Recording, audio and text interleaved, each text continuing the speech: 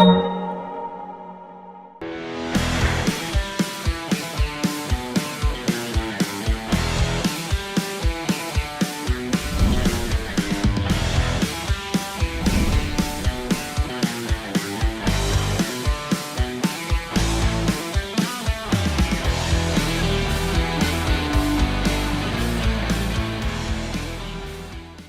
everyone.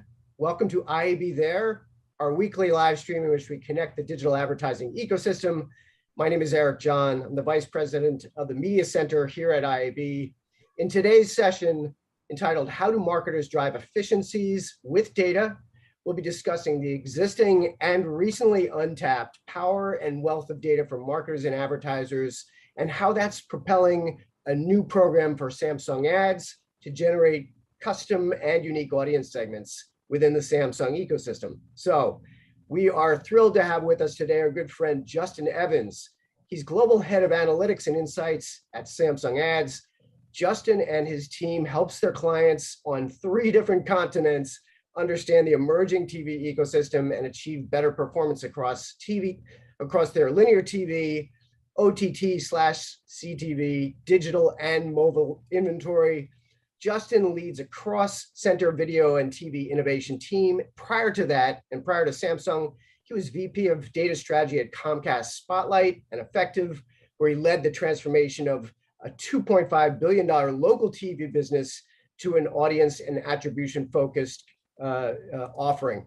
So, Justin, great to see you. I am excited for this conversation. It is super timely. We talk so much about the growth of the CTV space, the streaming space, and how to understand audiences and how they're shifting between platforms. You have some new partners that you're working with and through.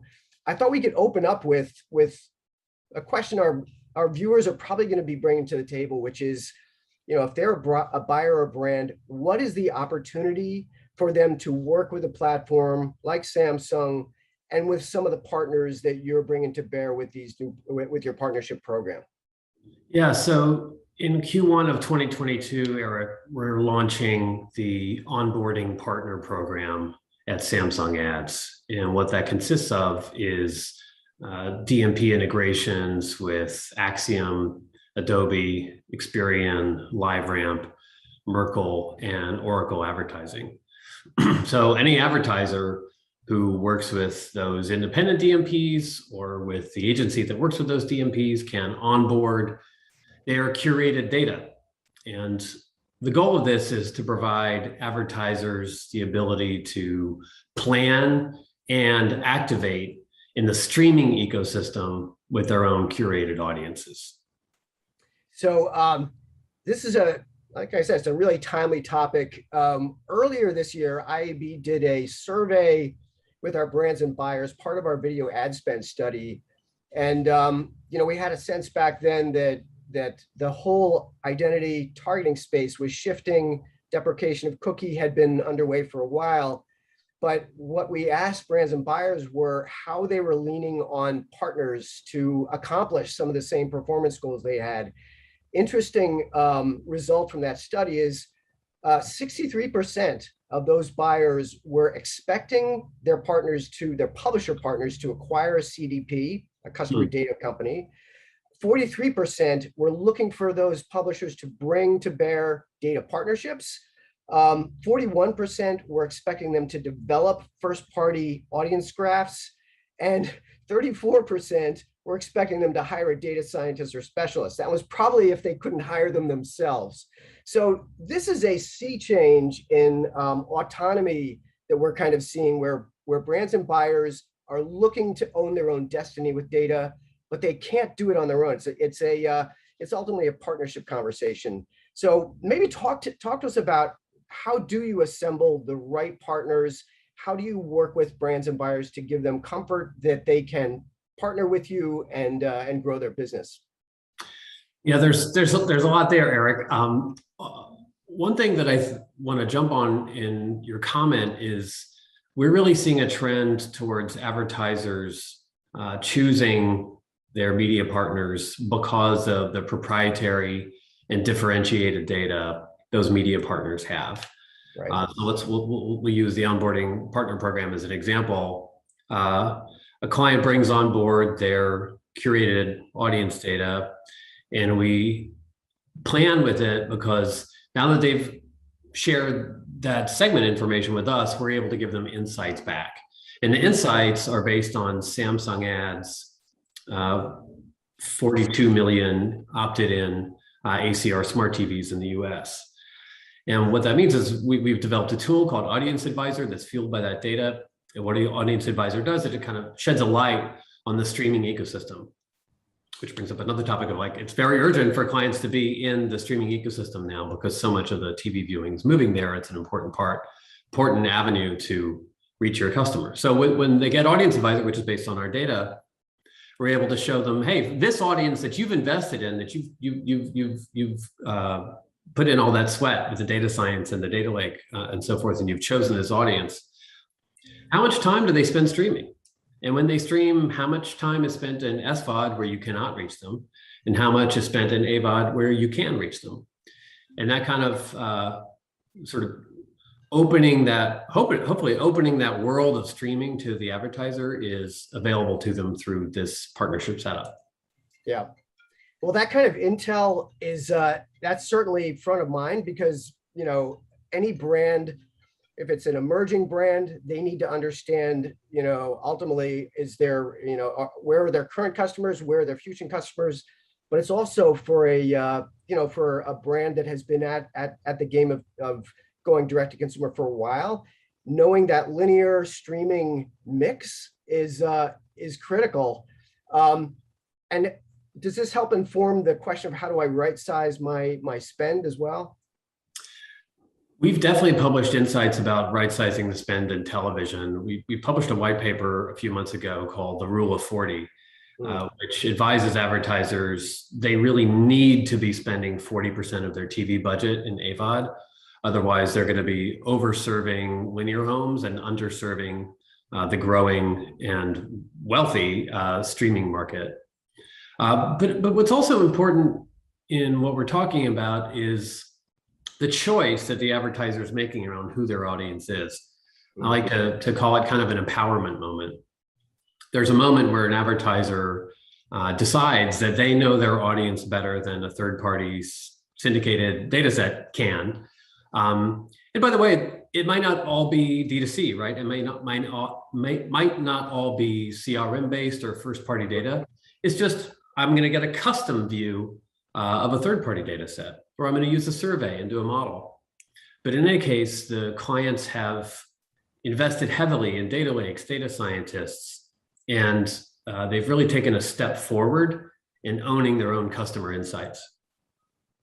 So that begs the question then, why would a brand or buyer bring their own data to the party, right? They're used to using syndicated.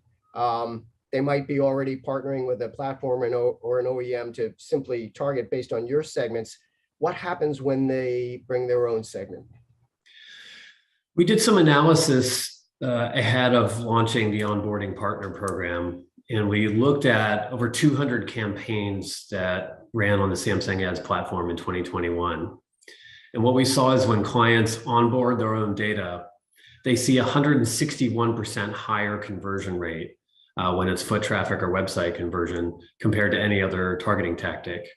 And in the media and entertainment domain of tune-in, whether it's a TV network or what we call a content partner or an app publisher, they see 32% higher conversion. So clearly, this generates a return on ad spend for the client, a return on data investment for the client that's really attractive. And we think it's the start of a virtuous cycle where the customer shows loyalty, that gives the advertiser insight. The advertiser is then able to put that insight to work in the advertising ecosystem and sell more stuff. Yeah. One thing we like to do with this show is give folks watching stuff they can use immediately, put to work right away in their shop. Having a whole group of partners that brands and buyers can work with and through, and then to leverage, your insights and understand audience. That's an amazing opportunity. But what does it mean from a, I guess, a transactional perspective, right? What guidance would you give to a brand or a buyer about how to get their house in order around how they contract with some of those partners, in contract with you? Is it a new era of kind of terms and conditions around data? Well, the client first needs to have the empowerment moment of deciding that they are going to really own their customer insights and put those insights in a place, in a database where they can deploy it for marketing purposes. That's the key first step. Yeah. After that, and they've chosen a DMP or a clean room, it's really an opportunity to push it out into the ecosystem. At that point, for us, it's really about two of the criteria, or one of the criteria that I mentioned before and one new one. The criteria I mentioned before is working with a partner who has proprietary data that can help your data investment be enhanced even further and enhance that return on data investment. The second is, of course, scale. So when you choose a partner that has a lot of scale in the ecosystem they participate in, that's an advantage, and it means you're getting more leverage out of that integration point. What would you say, and this kind of harks back to your career and working with clients and data, what's the state of maturity, would you say, in terms of the buying community in understanding this onboarding opportunity, in owning their own insights? Any examples of clients you've worked with who have gotten the aha or haven't? And what's the lessons there? Yeah, in the sort of before and after picture, there's an experience that sort of burned on my memory. I was at a client's headquarters some years ago, and we were talking about targeting and data and audiences. And I asked the client, I said, you've got one of the largest and most successful loyalty programs in your industry. Would you like to use that in digital advertising? And they said, they just looked kind of puzzled and upset. And they said, oh, those guys are down the hall. That's nothing to do with me, who's working in media. We see that less and less now. We see a lot of clients really leaning in. I think it's been, of course, more common in digital for some time. But what's new now is clients leveraging proprietary data or curated data in television. And of course, now, especially streaming television. One of the great opportunities associated with Audience Advisor is it's helping clients kind of take the mystery out of the streaming ecosystem. If I can see metrics, if I can see my audience, if I can see, how many apps or how many hours a day my audience is using, it kind of takes that opaqueness out of it, and that makes them more willing to invest. Yeah. So that's an amazing story. Yeah, it's the good news about as technology evolves and even digital, the march towards digital continues. You've got silos. There's opportunities to break them down. There's opportunities. I mean, you see more CMOs who really have data backgrounds. There's chief data officers as well as marketing officers. What would you hope to see kind of in this going into 2022? For the space, for the opportunity around streaming, if there was kind of a best practice around a brand that hasn't stuck their toe yet in streaming, what would that be? Well, clients, as I mentioned, really need the comfort. They really need to have transparency of their data, and they should be able to put their data to work in any platform they choose. So I think, in terms, you asked before about the maturity curve, I'd say we're kind of at the 45% mark. There's still a lot of marketers that need to kind of grab onto that sense of empowerment and to comprehensively and consistently choose partners that are going to be able to deploy for them across every ecosystem they want to be successful in, where they want to have a voice. Yeah. Entertainment, and that stat that you shared around performance for anyone that's leveraging audience data. What are the metrics? What are the KPIs that you're seeing coming, to the fore? Because understanding their customer and what actually happens after they run, what's that? Is streaming kind of becoming a forcing function for performance orientation in TV. What's the KPI landscape look like? Yeah, we see entertainment clients be very acquisition oriented. It's really classic marketing 101: acquisition, retention, effectively cross-sell, and conquesting. So it's really for them about a combination of what data worked, what tactic worked, how many days before my launch that I need to start the ad campaign. Did I just do the launch, or did I do sustaining?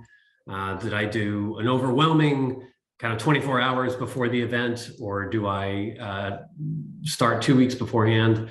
All of this is being scientifically examined by the client to find every inch of advantage, because we're seeing one of the most competitive marketing environments that I can remember when it comes to acquiring subscribers and audiences in streaming. It's really fascinating to watch.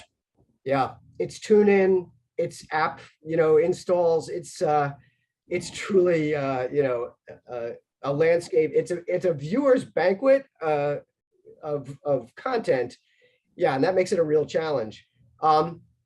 So speaking of we're almost, as people are watching this, it's going to be the new year, but we're coming into the holidays now. What is the Evans household going to be streaming this holiday season? Well, deep in the pandemic, I exposed my 13-year-old daughter to the entirety of Game of Thrones, which